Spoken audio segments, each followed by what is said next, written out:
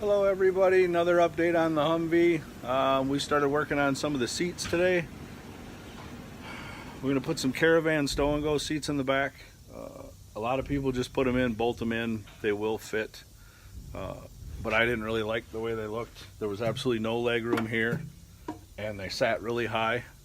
So I have cut the bases all apart, cut the back all apart. I dropped the back, I shoved the base back, I changed the whole configuration of the seat, but I got it sitting where I want it. It looks good, it fits like it should be. It's not oversized like they are in most Humvees. Still be able to fold down, so it'll still fold flat with the floor.